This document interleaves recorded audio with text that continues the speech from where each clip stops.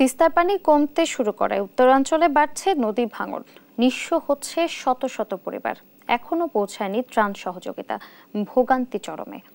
সহকর্মীদের পাঠানো তথ্যচিত্রে সালমা জাহানের ডেস্ক রিপোর্ট। তিস্তার পানি কমায় ধীরে ধীরে নামতে শুরু করেছে বন্যার পানি, তবে বাড়ছে ভাঙন। অসহনীয় ভোগান্তিতে স্থানীয়রা। লালমনিরহাটে তিস্তার পানি কমলেও দেখা দিয়েছে নানা রকম জটিলতা।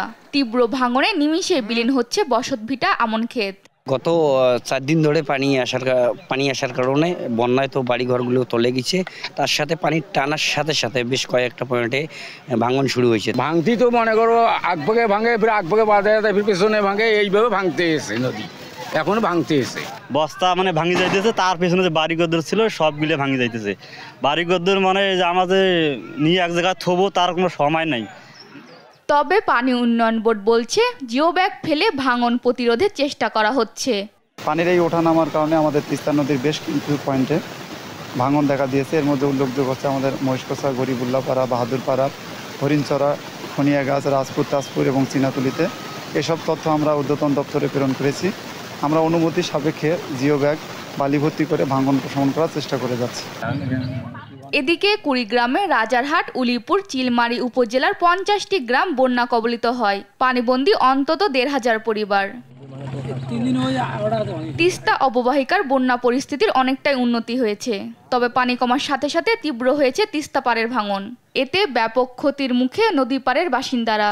2 দিনে নদী ভাঙনে এই অঞ্চলে বাড়ি ঘর দুয়ার যা মানুষ খুব দুর্গম কষ্টে আছে। ফাঁকা মাঠে আছে আর কি, জায়গা জমি কোথাও নাই যে কোনখানে বাড়ি করবে। সরকারি কোনো সহায়তা পায় নাই আজ পর্যন্ত। এখন আমরা কোথায় যাব? বাড়িঘর ভাঙি চুরি এখানে ফেলে থুয়েছি। হ্যাঁ, অস্থায়ী অবস্থা হয়ে আছি। হাজার হাজার বাড়িঘর দুয়ার আছে, সব বিলীন হয়ে যাবে।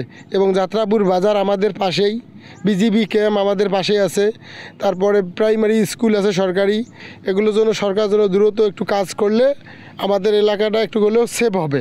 রংপুরেও তিস্তার পানি নামতে শুরু করেছে, তবে দুর্ভোগ কমেনি। ফসলি জমি, বসতভিটা যাচ্ছে নদীগর্ভে। দিশেহারা হয়ে পড়েছে চরাঞ্চলের বাসিন্দারা। আমাদের বন্যায় পাকা রাস্তাঘাট সব ভাঙি ছড়িয়ে গেছে। এখন গাড়িও চলে না, ইস্কাও চলে না, কিছুই চলে না। আমরা যাওয়া ইচ্ছা করবো কি দিয়ে? বাড়িঘর ভাঙি গেছে, মেলা ক্ষয়ক্ষতি হয়েছে। আমরা তো রাইতে ঘুমাইতে পারি না।